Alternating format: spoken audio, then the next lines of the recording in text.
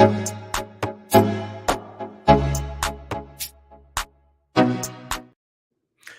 is going on, everyone? Hope you are having a great day, great Thursday. Welcome once again to the Bass Kayak and Beers podcast. This is the real life with your host, your boy Armando.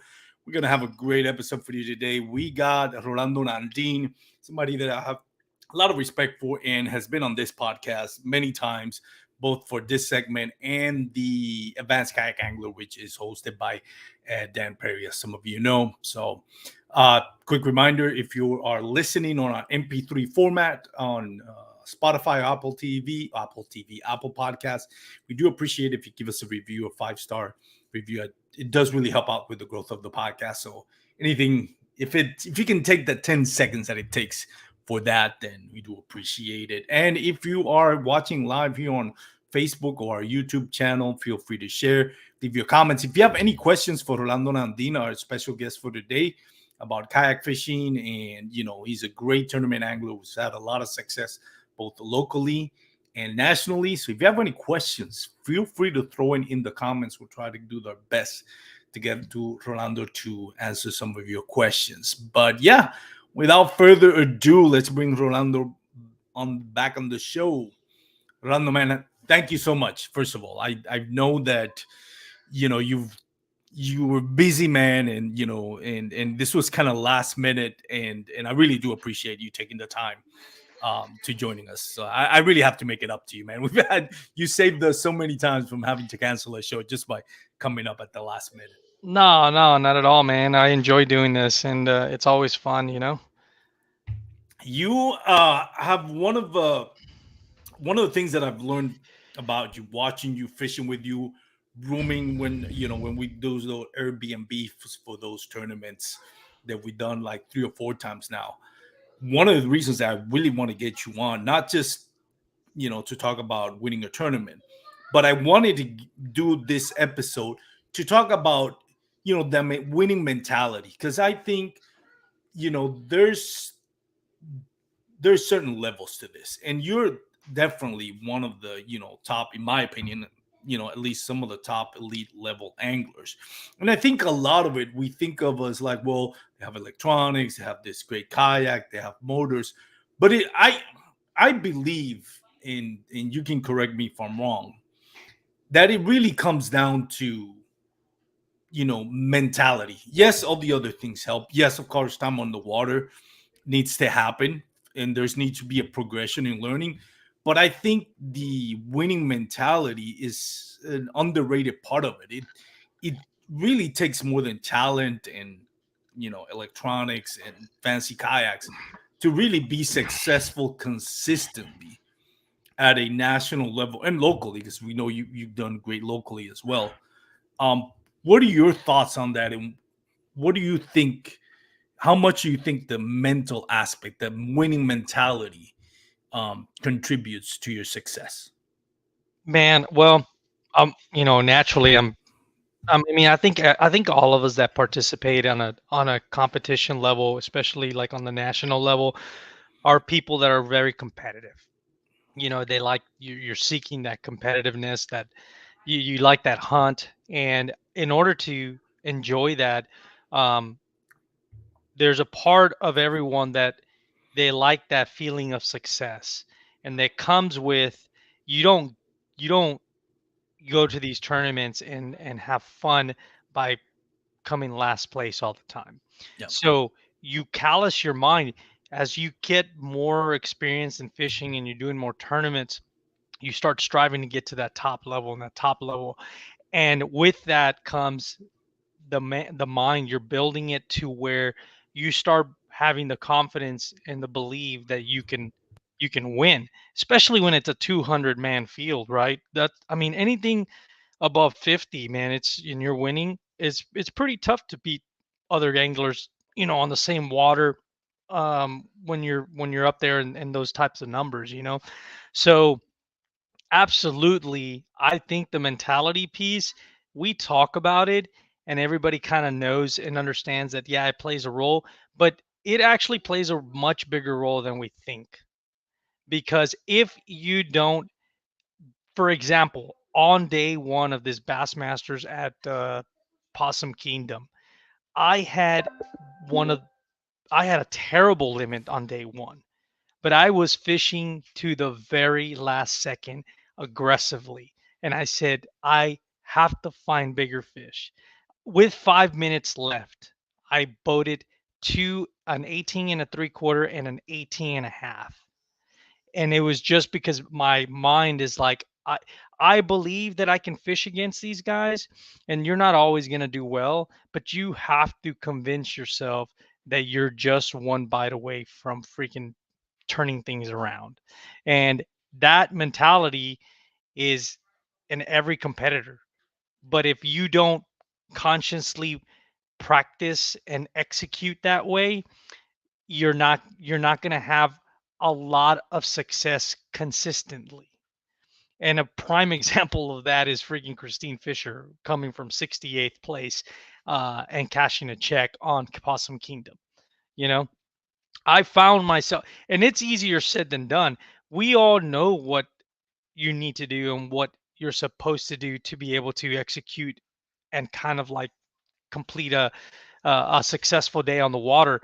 But it but when you're actually caught up in the moment, it's difficult to remind yourself that you have a strategic plan and you got to stick to it. And if it's not working, um you got to change it, right? So your mind plays the biggest role in being successful in on the water, and it's a lot bigger than we think actually. Yeah, you need skills, yeah, you need obviously time on the water, and yes, you need good electronics when you're competing at that level, and all of that of course are variables that play into that. But the mentality is actually pretty huge, man. It is, because even if you're not a very skilled angler, but if you put that lure in the water more times than a skilled angler, your chances are just going to be higher that you're going to get bit and you're going to land more fish. So yeah, absolutely agree that mentality is something that is that you kind of have to build and focus more as you get more into the competitiveness. As a as someone fishing like recreational might not understand that because they're trying to relax. You're not relaxing when you're in a tournament, you know. Oh, I can't hear you. I muted myself there for a second. Yep. Rolando Rush, I don't want to botch his last name, but just ask the question, what happened on PK? So that you kind of touched on that. Hopefully that answers your question, Rolando. Roland, Yep. not Rolando. Yep. So it's, I think it, like you said, it's more important than we think. It does play a role more. And I talked about my experience. I talked that on the episode that aired yesterday with me and Dan. About having that mentality. For me, I view it as, when I sign up to these tournaments, like I just want to have fun. I want to win, of course. I want to catch my fish, but it's also kind of like a measuring stick for me. Like, I'm not I guess in my mind, and that's probably the wrong mentality. I still enjoy it, but my mentality is I'm not, I just donated money and I'm probably not going to get it back as far as tournament fees.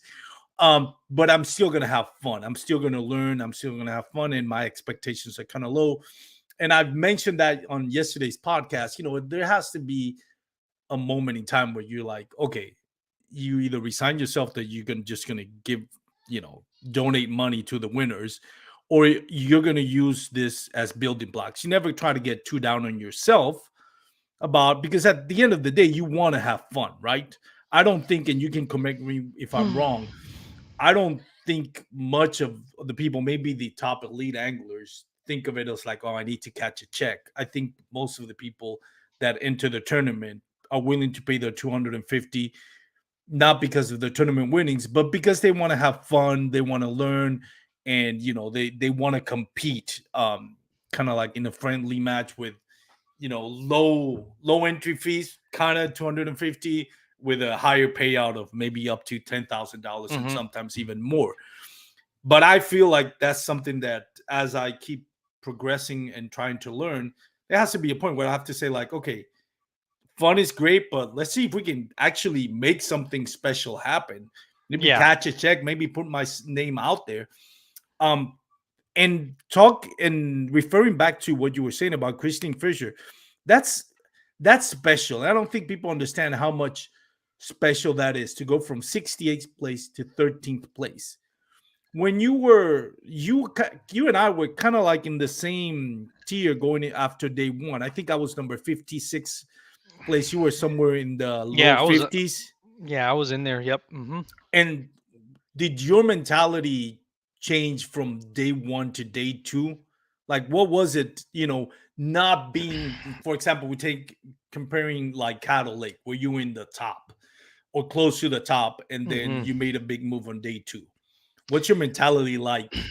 Now, well, I think when you're already going into the day, um, at a top right with a big stringer into day two. Day one, you have a little bit of pressure on you because now, eyes are on you, and it's like, oh, can he perform at the same level, right? I think it's easier to go into day two when you're coming from the bottom. You feel bad, especially, when you have historically you've done well at that lake, because I think I finished pretty good the last time I had, or decent, right? I think I think I cashed a check. I don't can't remember.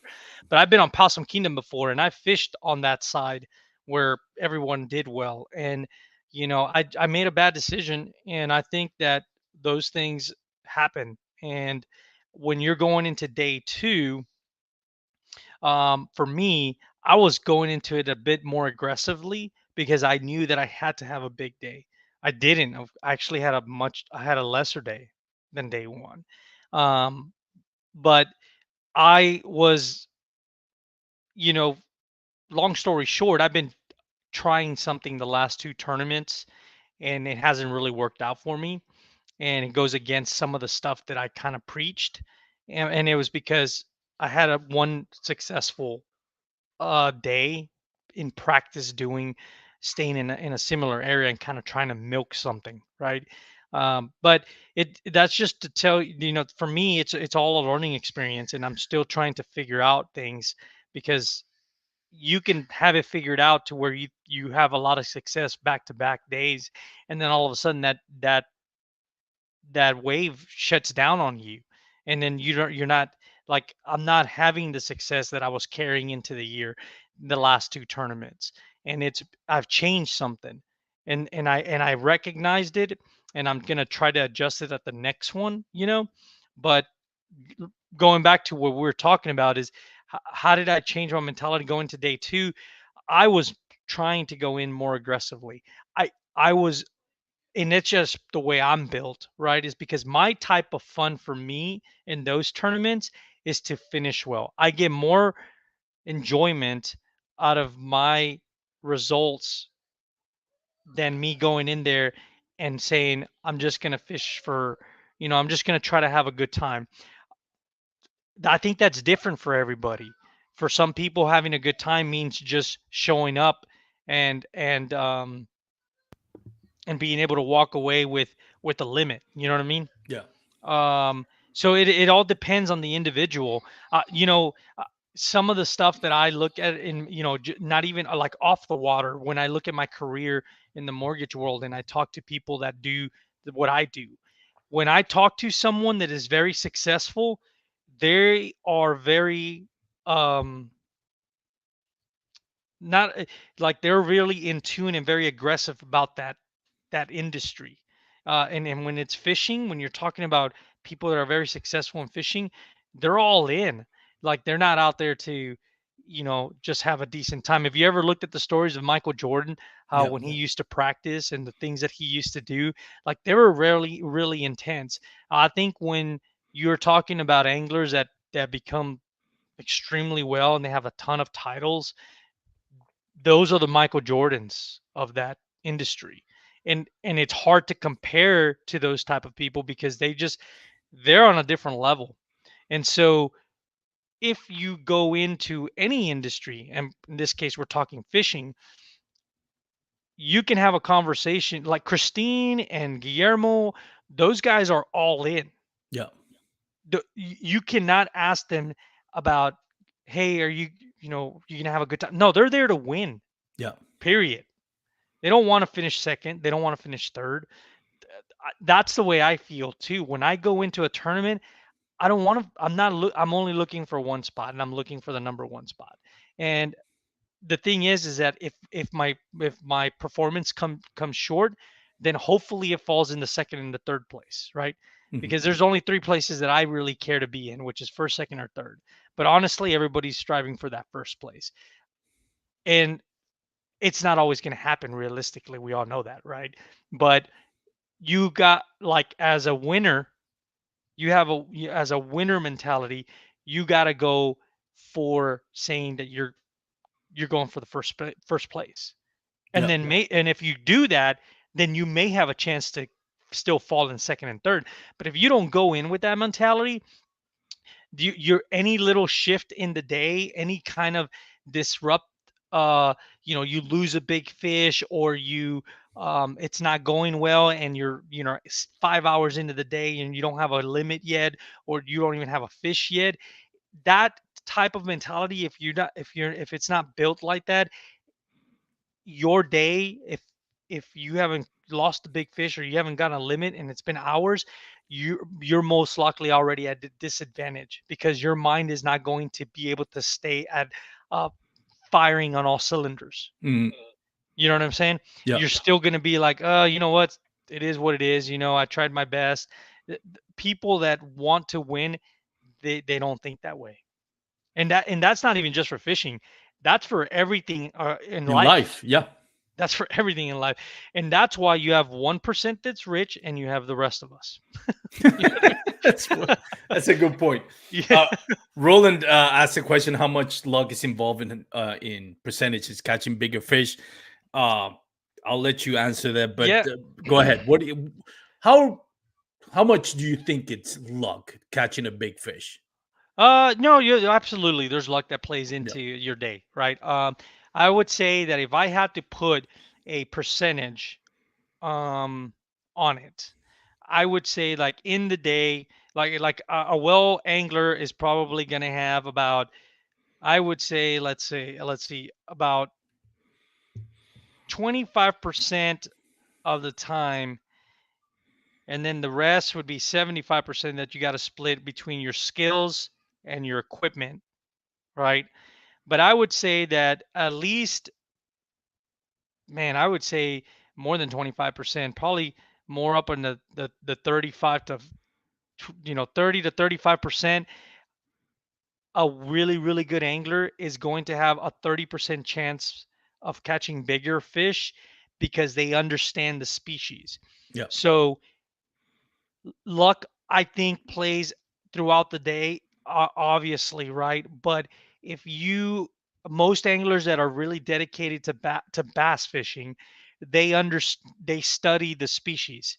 So in the fall, they're hunting for them, when they're in open water, potentially, right, moving in, pushing bait, um, when they're feeding aggressively. In the spring, of course, you're looking for them in the time, early spring, middle of spring, or late spring.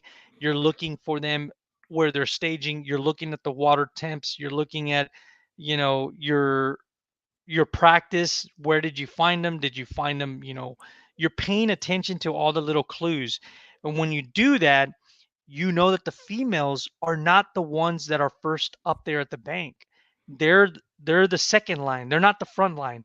They're not the Marines. You know what I'm saying? Yeah. The little bucks and all those are the people. Those are the fish that are coming up to the banks first.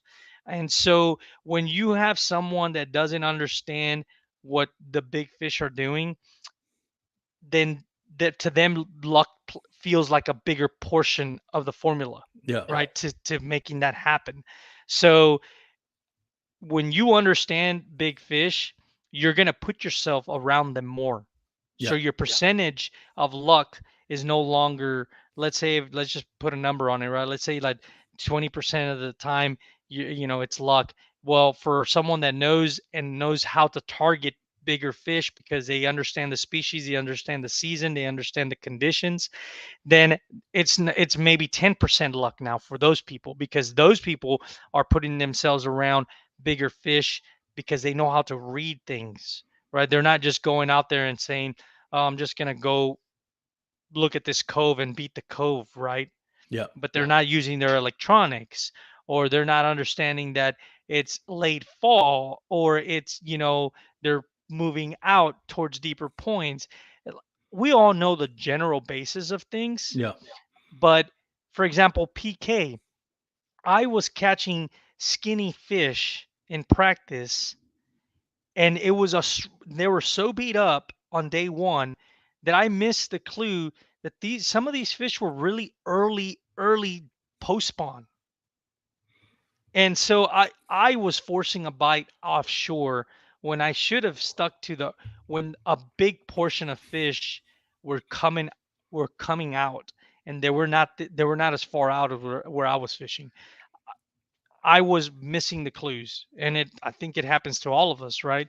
But you got the luck part. It's different for someone. They're gonna say, "Hey, I think a bigger luck." I mean, I've only, people will say, "I've only caught a 20 inch fish, this year, two or three times." Where, I mean, you look at Milliken and Josh Jones, right? 60 something double digit bass. That's not luck. Yeah, that's not luck at all. That exactly right there tells you that they figured out the formula to put themselves. They figured it out where to put themselves, so that luck, it's no longer luck, it's skill. Yeah. It's skill. So it's different per angler, right? Anglers that are catching bigger fish, they're more used to knowing how to target the bigger fish, and they're not concerned with numbers. They're not concerned with like, "Ooh, I caught 20 fish today." When you're trying to win, you don't want to be catching a bunch of fish. You want to be catching the right fish. Yeah. And so yeah, I think it's a different answer for everybody, and you're gonna hear different opinions about it. But I can tell you two anglers right now, on a on a social media platform, that completely busts that, which is Milliken and Josh Jones catching that many double digits, tells you that they figured it out. They know how to put themselves around those bigger fish. And one of them, Milliken, doesn't just do it at Ivy. Yeah. Okay, he does it across many lakes. So that is a proven guy to tell you that if you figure it out, it doesn't it's there's not so much luck as you think in catching a 20 plus inch fish. It's just you have to know where to look for them. Exactly. And I think also luck definitely plays a part of it. Yeah. And I understand and I agree with this sentiment. Somebody said on a podcast, I can't remember what else. Who was it? I can't remember. It was Cody Milton, Russ Snyder. It was one of the elite guys. But they made a great point. It's like you have to put yourself in a position where luck can play a part. Um, for example, you got five fish. Okay, well now you need that big kicker to move him to first place or move up in the Hmm. standings.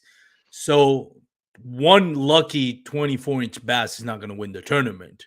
You Mm-mm. need four other fish. You know, if you've done your job and you got your fifth, you got your four or five fish, and you need one more or you need an upgrade, then yeah, you might run in luckily into a big bass and win the tournament. But you need to put yourself in that position. Somebody that didn't put themselves in that position and got lucky maybe ends up with just one 24-inch bass, which is might win big bass, but it's not going to win the tournament. It's only one Yep. bass. And I also think I'll give you the example of what happened to me in PK Possum Kingdom. I went to an area where I was like, I didn't think there were going to be that many people, but ended up being a lot of people. And my mentality, and this is what bass fishing and fishing in general always throw you curveballs. Like, what did we all think that's going to happen on, on a day where consistently over that week the temperatures were close to 90 degrees every single day leading up to that tournament? You're thinking, all right, morning bite, go shallow. Sun gets high, gets hot, go deeper. That isn't. Am I wrong, Rolando? Is that not the general consensus of how to Yeah, bass yeah. fish, right? Usually when the sun's up and it's Yeah, clear day, you usually try to find them in the shade or you find them yeah. a little bit deeper. And then what happens to me on Monday? I go into a cove where there should have been, for all indications, okay, this would have been perfect. It's kind of like a cove out of a main lake point, that's deep and it runs shallow. Nothing. Sun goes up, I go to the deep docks just like everybody else is doing. I kind of have to wait my turn and just recycle the areas as two or three anglers go ahead of me. And I catch two or three. I actually caught a bass 30 feet deep on a drop shot, which I've never done before. I was thinking, okay, it's doing that makes sense. I'm waiting for this angler. I forgot his name. Musin, forgot. Great young kid. He's in this cove and he's leaving out of the cove. So I'm thinking, oh, he's going to deeper docks. I'm like, all right, I'll just go to this cove and kind of wait until he leaves the docks, and then I'll, you Hmm. know, hit those docks. And sure enough, I run into a not expecting much because I'm just holding this cove until I can get to my spot. And I run into a 17-inch bass, and I let him go. And then I see a huge splash, and I throw to that splash. And I'm telling you, it's 1 feet away from the dock. I mean, from the point, From the point. and it's like inches of water in depth. And sure enough, I got a 22-inch bass, the biggest bass for me on that tournament. And then to Roland's question, that was lucky. I'm not gonna, because I wasn't thinking that at noon I'm gonna be catching 22-inch bass on top water, hugging the bank Oh, in absolutely. Right. in 2 feet of water, much Yeah. less two bass. But lo Yeah. and behold, that's what happened. I'm like, yeah, this is not the rule book we've all been playing by. Yeah. And it's No, like, it just throws you curveball, and there is a yeah, there's luck for sure. there's luck involved. Yeah, there's a percentage a day. There, I mean, shoot, I want to say, I mean, we all have had those moments where we're surprised we caught a big fish in an area that just, wasn't supposed to be there, right? But and and I think, and so maybe I don't know if I'm going too far on this, but then that's where that's where live scope has exposed a lot of things that we think Yeah, used to be, where you're finding fish in spots that are like, man, they're not supposed to be here, right? yeah, And so that so I think that the anglers that are becoming really proficient with that are starting to look for places and looking for fish where the majority of the people are not. And so they're having success catching these fish because it's taking you away from where the majority, you know, there's the bank that you're fishing, and then there's offshore. But there's more to that than just that. there there's also, I mean, fine tuning your skills to looking within the offshore. When someone talks offshore, they go straight to an avionics topo map, and they'll look for high spots or for grassy areas, or something, right? That would technically hold fish per the books that we read, right? yeah, But when you go live scope these places, and then you're like, well, there's nothing here, and then you pan around and you find this one timber that's stick by itself, and it's in the middle of nowhere and like 30 feet, but it's freaking stacked with fish at 15 feet. Well, nobody was going to find that, yeah, right? Because they're not really looking for that.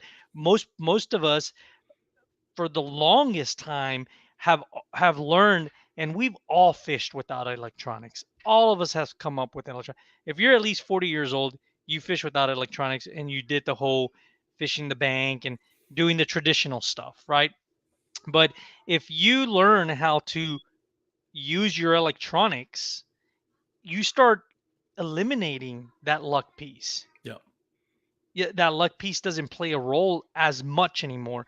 Doesn't mean it's going away, because you're going to have situations just like you explained, where you see a splash and you were just like, man, that fish revealed itself to me. I probably wouldn't have seen it at a foot of water over there, but hey, you know, the other thing too is that you had something ready to go over there to throw at it. You know what I'm saying? So yeah, man, I think that luck is always going to be there, but it's one of those things that is just going to be less for some other people, and they may have 520s and you may only have 220s in your stringer, and they have 520s because they were, maybe one of those 520s was luck, but your 220s might have been luck. You know what I Yeah. mean? And so I mean, it just depends on the situation. But yeah, it's difficult, man. Fishing is one of those things that that's why it's so fun, because you when you think you have it figured out, you go out again and you're like, oh, got to go back to the drawing board. It's not. Big shout out to Albert from San Antonio. Albert, thanks for commenting and thank you for your pleasantries and joining us in the podcast. Talking about winning ways, you mentioned like you wanted to get, after day one, you kind of figured you missed the clues, and then you're going into day two knowing you have to make a big move.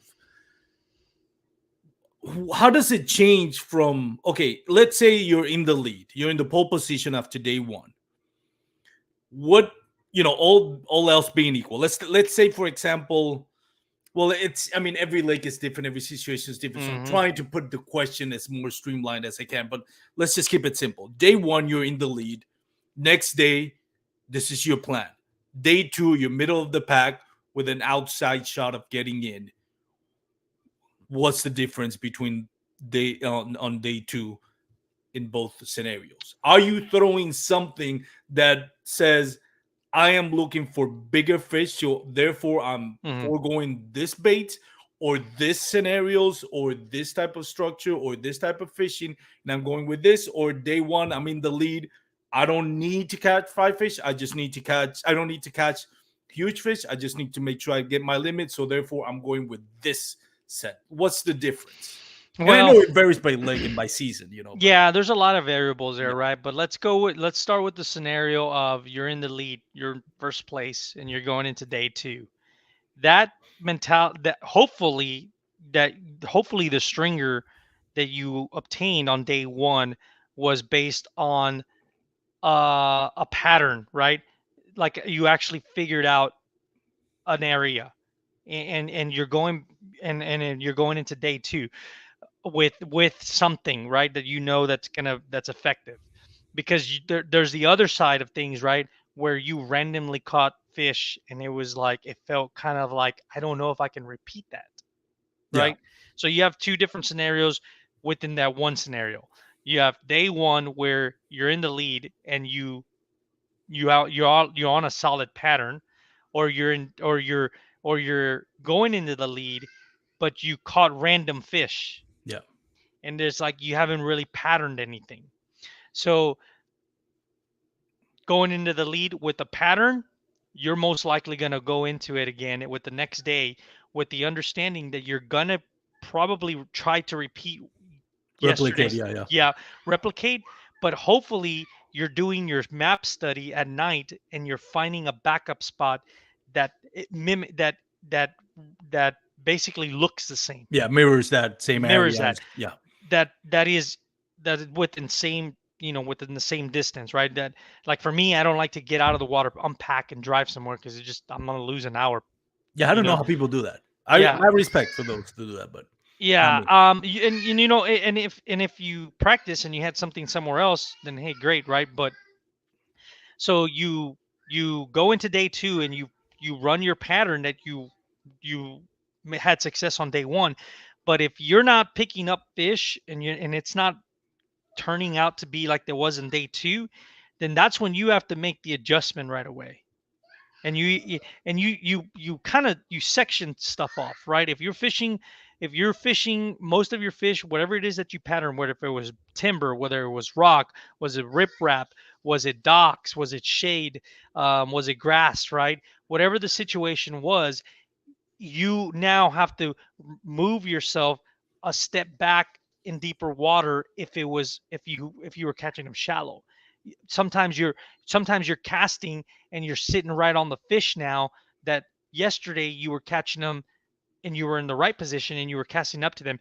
Now it could be that you're actually on the same line that you were doing, but they're now where you're at, right? They're Yeah, not at that, they're not there. So you have to be able to make that adjustment and kind of look real quick.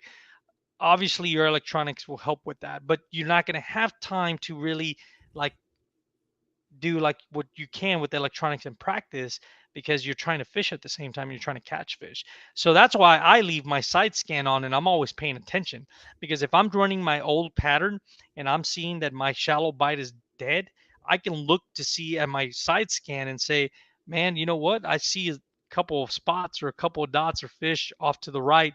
Maybe there was a brush pile that I missed and now they moved out to that brush pile. And there's been plenty of times where I've gone into a day two and I've actually picked off fish off my side scan running the same pattern that I was on day one, but they had just moved out, right? Um, then you have the scenario where you're going into day two, but you didn't have a very successful day one.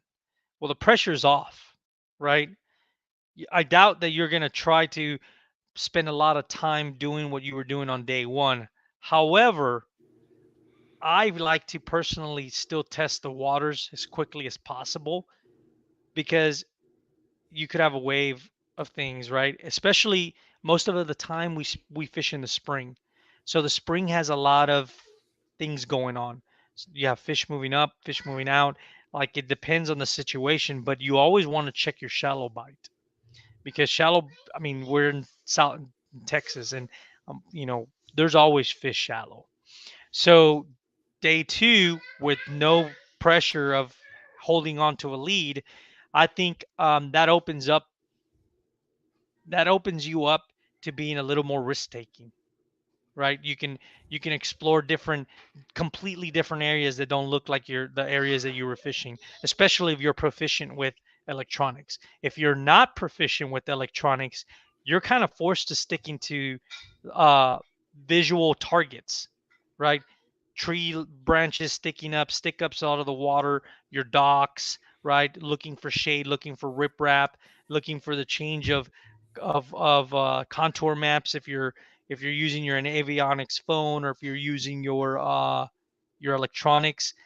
All of that you have to sync it up, and you have to be doing it at the same time that you have a line in the water, right? So you got to be paying attention to all that. So personally, um, I think we all want to go in with having the lead on day one. I Yeah, think it just makes things easier, right?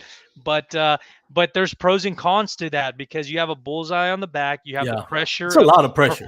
a lot of pressure to perform, and but you know, the more times you put yourself in that position, you build a callus to that, and you don't longer feel as pressured. Yeah. You already know, you're like, I, I know what worked, and can I go duplicate it? And if I can't duplicate it, you know, are you skilled enough to make the change and adapt to the conditions and figure it out on the water on the spot? Because that's what you're going to need to do. And that's a great point because I want to touch on this. For example, we both fished Lake Dardanelle. We were rooming together in the Airbnb with Jeremiah and a couple of the other guys, and you remember I was struggling on pre-fishing. We were like, I was catching Hmm. my 5 fish, but it was like, yeah, I mean, I'm getting like 60, 70 inches, which is decent, but and you and I were talking, I'm like on Friday night, and I was like, man, I have no idea. Like, I have no Hmm. I idea what I'm remember gonna do. this. And then I was like, all right, well, I'm gonna go. I guess the best day out of pre-fishing, out of 2 day pre-fishing that we did, day one was a little bit better than day two out of pre-fishing. Let me go back to the spots on day one. And I kind of like, I wouldn't say lucky because I kind of targeted areas where I thought they were gonna be. And eventually I found them schooling, and I find them where Hmm. I thought I could find them. And I go up to, like, I was sitting in first place with like 15 minutes to go, and then Garrett Morgan jumped me for like 2 or 3 inches, which was fine at that point. I was like, it doesn't matter, whether first or second. I was in striking distance, and I have never been that far up the leaderboard after day one. And I remember being like, this completely changed my whole perspective.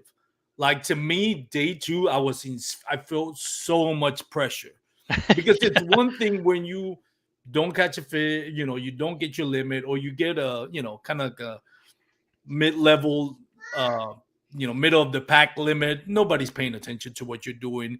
But after day one, I had so many people that I look up to, great anglers, Christian Fisher, Guillermo Gonzalez, Jeff Millar, Ryan Lambert, all texting me, congratulating me, and wishing me the best. I'm like, okay, I'm in the eyes of everyone here. Like Yeah. tons of Yeah. people. I didn't realize how many people listen to my podcast and actively follow me on social media. People that I've never even talked to before were kind of like giving me words of encouragement. And like you said, that put a huge bullseye on my back. Now, it didn't affect me, but going back to what you're saying, I had a pattern. My word was like that pattern's gonna hold up. And I remember day one, I had like 45 minutes to go, and I look at the leaderboard, and I'm in first. Garrett Morgan hadn't leapfrogged me yet, but I was like, I'm leaving this fish alone. I got I think it was 84, 85 inches in Lake Dardanelle, which is great. Yeah. And I was like, I don't need to short lip him. I'm doing a veteran move here. I'm gonna leave the fish alone. I'm gonna leave my spot early, and I'm just gonna let it rest and come back tomorrow. Hopefully, they'll still be there. And they were. They just weren't biting. I caught a couple, and then I got short strikes so many times. And that part I think is like, okay, that's the next tier in what I have to learn. Because then I start moving, I catch two more, and then I only need one. But I kept going back to that spot. I'm like, I'll go back to Yeah. that spot when the wind picks up. And I went back to when the wind picked up. Keep still getting short strike. Through a Ned rig, still get short. Wasn't getting any bite. Through a jerk bait, wasn't getting any bite. Through that jackhammer and that or chatterbait, what's the Berkeley ones, the slobber A knocker. slobber knocker. And that's what I had on day one biting. On day two, they were still biting. They were just getting short strike. And I was like, more experienced angler would have said, okay, it's not working. Let's not force it. If I would have, by the time I found my fifth, which was 11 inches, 1 inch shorter than a limit, which would have put me in the money, it was too late to keep exploring over the areas. Yeah. And so Yeah. I It should have just, in hindsight, should have said, like you said, look for that same spot somewhere else in the lake that I can make it. Yeah, no, absolutely, man, and I think that happens to all of us, man. I think when you do well in one spot, especially if you catch multiple fish, it's, 3 or 4 fish off of it, man, you're gonna want to go back there. Yeah. You know what I mean? Like it's just naturally that's just gonna naturally happen, and you just have to give yourself. You have to be strict with your time, and you have to know when to just be like give up on the spot because I'll tell you that hurt me in this past tournament. I could see fish, I just couldn't get them to bite, and I could see that there were big fish. I don't know if they were really previously caught. Whenever I would leave and come back, there was boats in and out, um, and there was another kayaker that was actually fishing the same thing I was. And so I think we kind of cannibalized ourselves because we were fishing the same offshore structure. Um, but at the end of the day, is you got to learn how to time yourself. If you have a unit, you can look at the time and learn to move. You know what I'm saying? Give it 10, 15 minutes. If they're not biting, this is why I like to carry a lot of rods because I can cycle through baits real quick. Yeah. Sometimes changing from one color to a next means the difference of just getting that one bite that maybe was short strike versus them eating it completely. Um, and then sometimes it doesn't, but more times than not, if you can learn how to cover water and learn when to give up on a spot, most of the time you're gonna be okay catching your 5 fish. The problem is when you don't know how to cover water Yeah. and you don't do that, that's when you're up and down a lot, right? You have a lot of finishes where it's like, oh, I did great, and then did poor because you at the end of the day, the more times you can get in front of fresh fish, the better chance you're going to get to getting them to bite. You know Yeah. what I mean? And a side note on that, covering a lot of water doesn't mean you give up on a spot that's holding fish, right? Like, let's say the Hobie TOC at Cattle. Brian Nelly, he moved until he found his spot. Like he had his spot in pre-fishing, found it. Mm-hmm. At that point, there's no reason for you to move. If the fish are you don't move until it's No, not like you were expected to catch 5 fish in a radius of 2 or 3 miles. You move yeah. until you find that spot, and when you find that spot, of course, 2-day tournament, you don't want to sole lip them. You want to get your limit and maybe leave them um, for the next day, because that's the other thing. I think a lot of people don't understand on tournaments, you catch a 24-inch bass on day one. That same 24-inch bass You is ain't gonna not catch them. allowed on day two. Even though if you caught it, even though you caught it, on a second day, she caught it twice, it's only worth one. So if you find a small school that has big bass, and maybe you can tell on the graph or not, but if you are able to tell on the graph, okay, this is a school of like 7 or 8 bass. Well, if they're there tomorrow, guess what? You caught 5 fish. Only the other 3 or 4 are gonna be Mm-hmm. available to you. The other ones just cancel themselves out because you already caught them. And I think a lot of people Is that miss go that. for is that for day two, or is that just for the same? Yeah, that is for the entire tournament, right? Yeah. You So can't if catch. you can if it's like, let's say you caught, if you call it, like, let's say you caught 4 12 inch 4 14 inchers, and then you caught a a 15 incher, and then you caught a 17 incher. So one of those 14 inchers now gets cold. Well, you can, if you catch that fish the next day because it didn't end up in your stringer, That'd be okay. that will be still be okay. But if it ends up on your stringer on day one and you catch it on day two, it's You no know, longer good. and to me that's crazy. I think I think that I don't think they would. I don't think a lot of tournament directors would probably notice a 14, 15 incher the next day. I think they'll notice a 24 or Yeah. a 22. I think those would be Well, easier to spot just because you're not really. I mean, shoot, that's a lot of fish to go through to see. Oh, yeah. is it the same as day one, or is it the same as day two? You know what I mean? And to your point, Ryan Lambert just lost the check on his last tournament because he had a 17-inch bass. He went to the same spot, caught a 17-inch bass on day one. He caught that same fish on day two. Well, guess what? Day two it They didn't count. DQ'd it. They DQ'd that fish. He wasn't cheating or anything like that, because I know the word DQ kind of gets that stigma. He didn't know. He didn't realize. Like, none of us realize, unless, like you said, unless we catch a 25-inch bass, and then the You next know, day the same spot, you're yeah, like, yeah, it's probably the same one. but you know what? I feel like, I mean, I don't know, man. That's kind of that's a weird rule, I think. Because if you think about it, like the bass the bass boats, they go in and weigh their fish, right? And then they throw them back that same day back into the lake. I understand. I'm not saying I love the rule.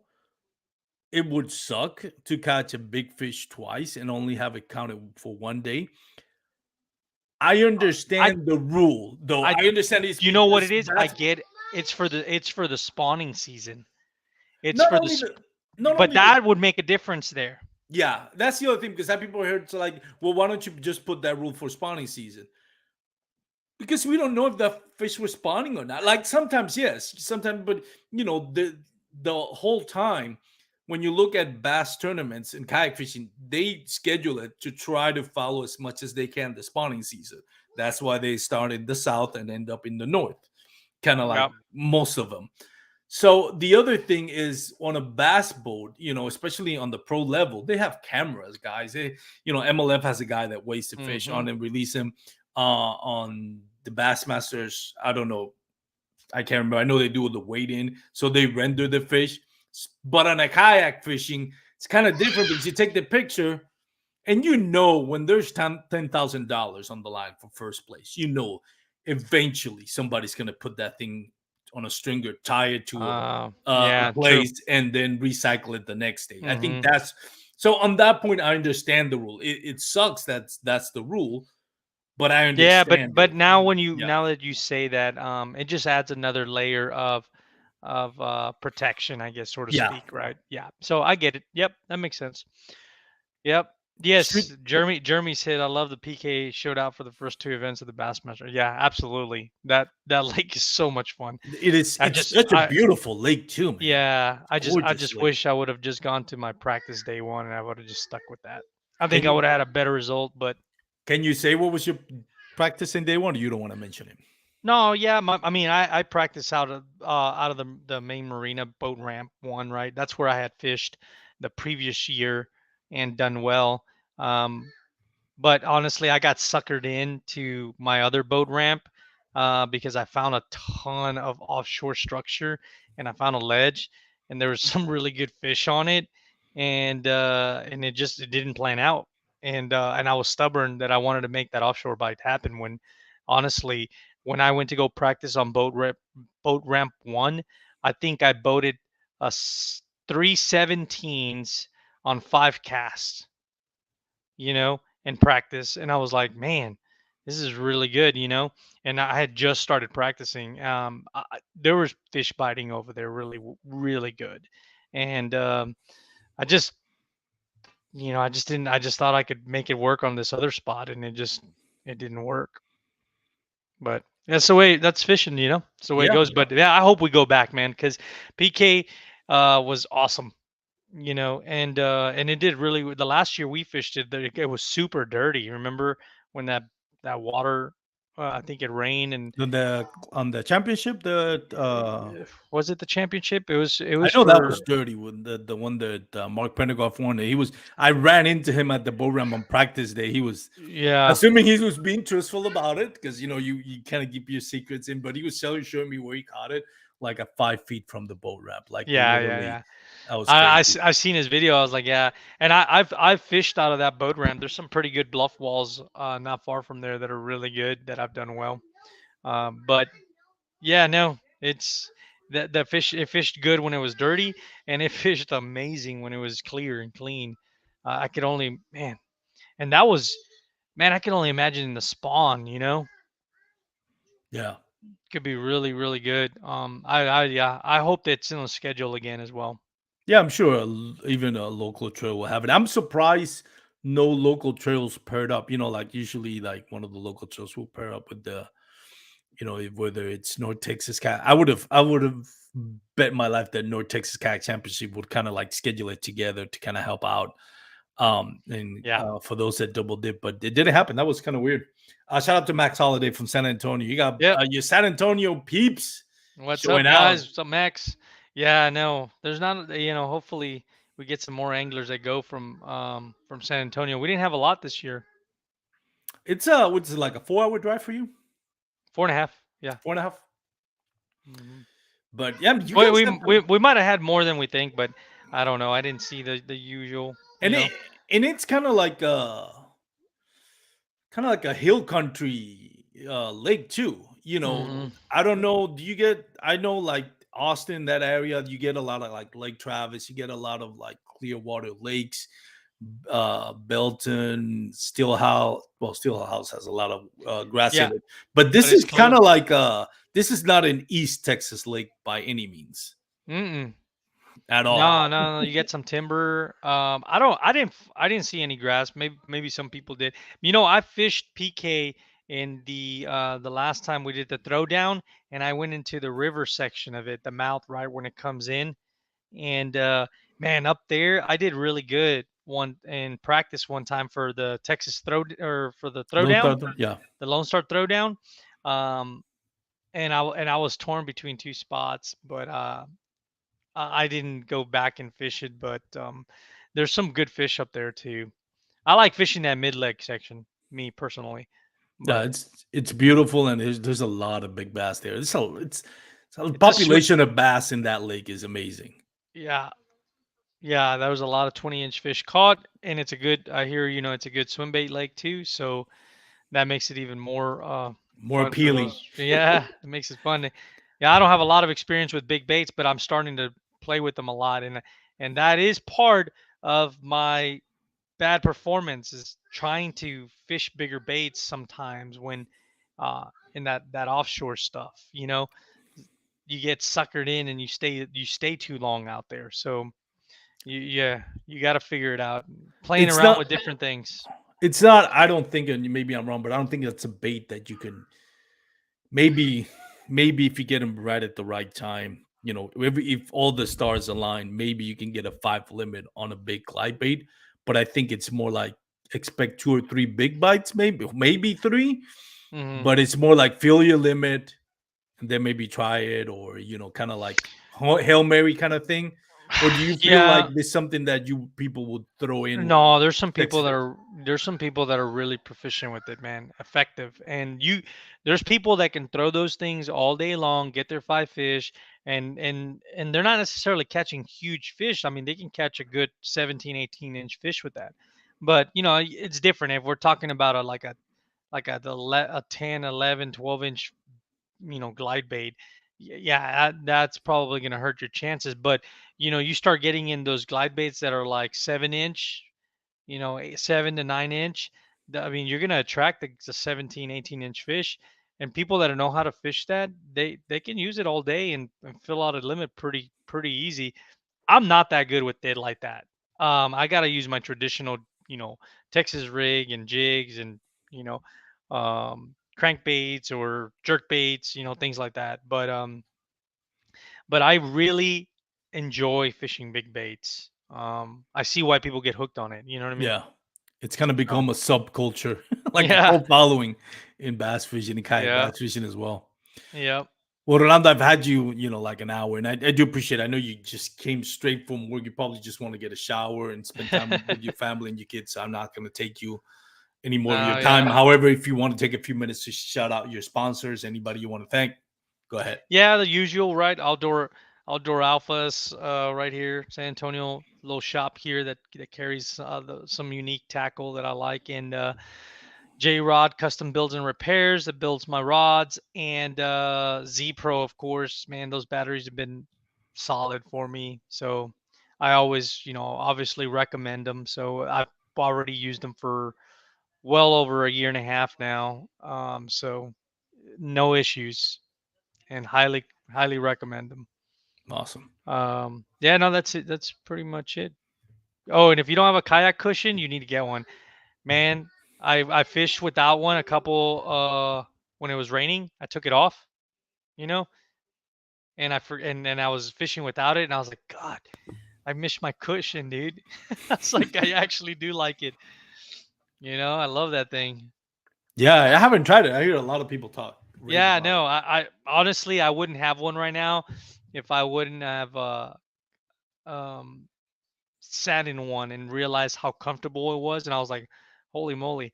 I was like, I didn't really think I needed one because I thought the seat was comfortable enough in my Hobie, and I really never had a problem with my back or feeling anything. But after I sat in one, I was like, man, it does feel kind of good. I was like, this is nice. So recommend those two, man. Kayak cushions are good, except when it rains. I heard, well, obviously it holds water, so it's sitting in it. It's not the greatest, but if just carry a plastic bag, man, and cover it. Yep. Well, Rolando, again, thank you so much for your time, man. And I really owe you, man. I gotta treat you to something, Nah, like send man, you a it's gift card always or fun, something. dude. So I appreciate it. Nah, I appreciate it, man. Winning mentalities, man. We got to stay strong with those mindsets going into these tournaments. I appreciate you saying sharing the knowledge. I hope a lot everybody that listens or watch kind of like has something to kind of like take Take away and from it. take away from it and add it to their repertoire. So for those out there listening, we thank you again for joining us. Again, if you are listening on our MP3 format, just give us your 5-star reviews if you don't mind. If it's Apple Podcasts or Spotify, we do appreciate it. Follow us on TikTok, Instagram, Facebook on the Bass Kayak and Beers. And again, if you're going to be on the water, please wear your PFDs. If you're going to have a couple of beers when you're out fishing, just make sure you're drinking responsibly. Make it back home to your loved ones, everybody. Have a great day. Appreciate it. Thank you.